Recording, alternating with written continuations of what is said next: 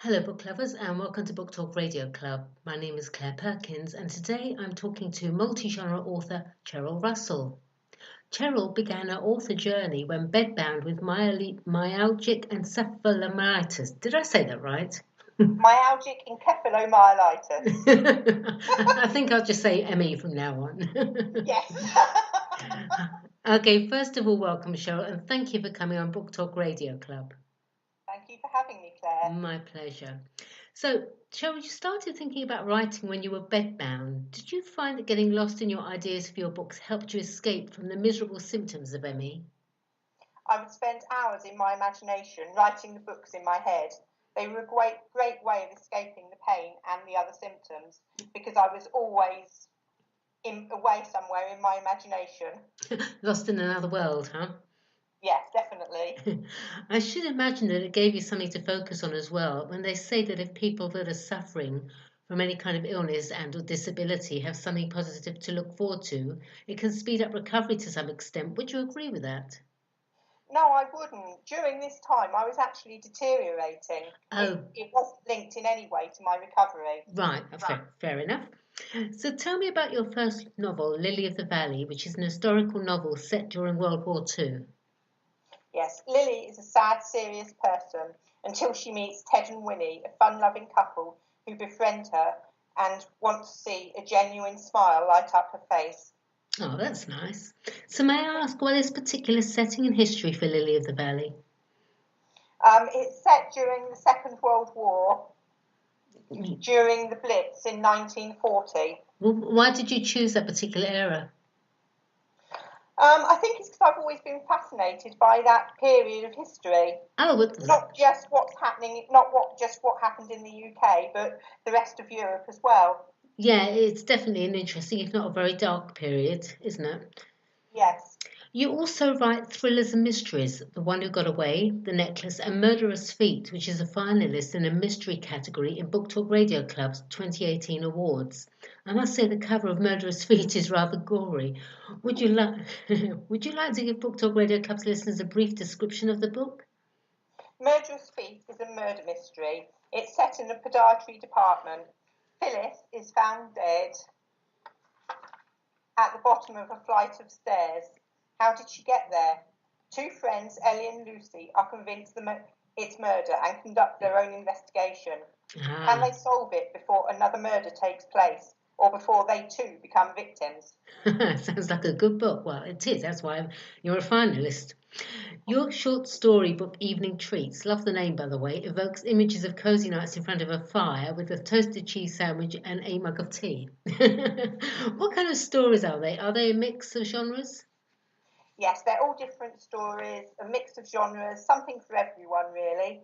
If you like aliens or if you want a story about a stalker, then that book's for you. Right.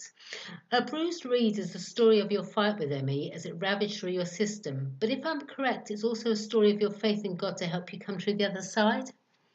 Yes, it's very much talking about my faith in God. There were times when I doubted and lost faith, but Jesus was always there. He always revealed himself to me afresh and revealed my faith, renewed my faith to keep me going a bit longer. So many times I could feel his presence in the deepest darkness. He promises in the Bible that he will never leave you nor forsake you.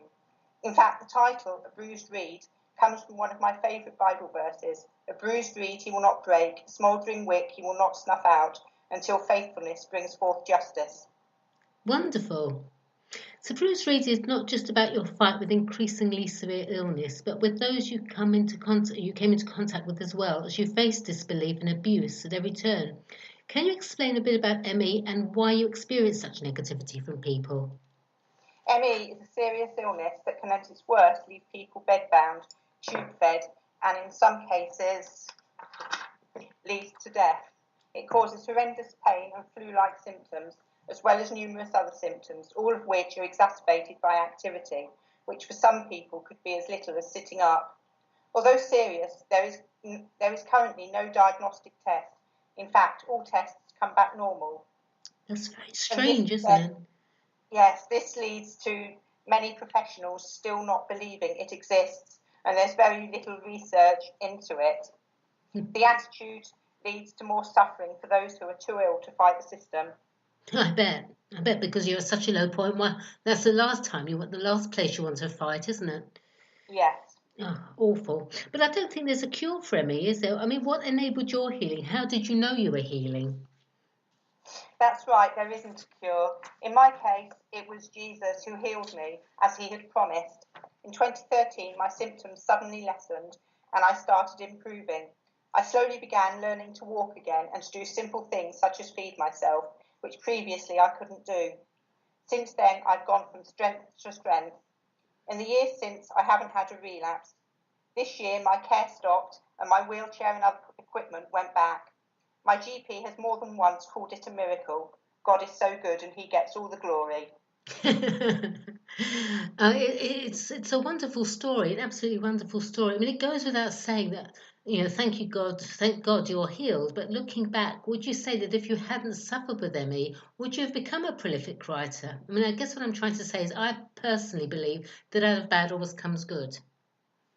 Yes, I have no doubt that I would not be an author today, although it's always been a dream of mine to be an author, and now it's come true, and God gets all the glory. I look to him for my inspiration. He works everything out for our good. Yes, absolutely.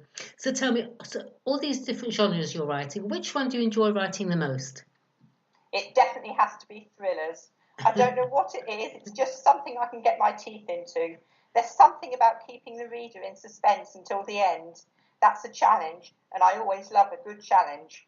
Me too. So I'm going to give you an extra question. What's next? Book-wise, obviously. Well, today I've just started writing another historical fiction set just after the Second World War, this time in Germany, about a survivor of the Holocaust. Oh, interesting. So where can Book Talk Radio Club listeners purchase your book, Cheryl? They're available on Amazon. Wonderful. Well, thank you. That was really interesting, and I'm so pleased you're healed, obviously.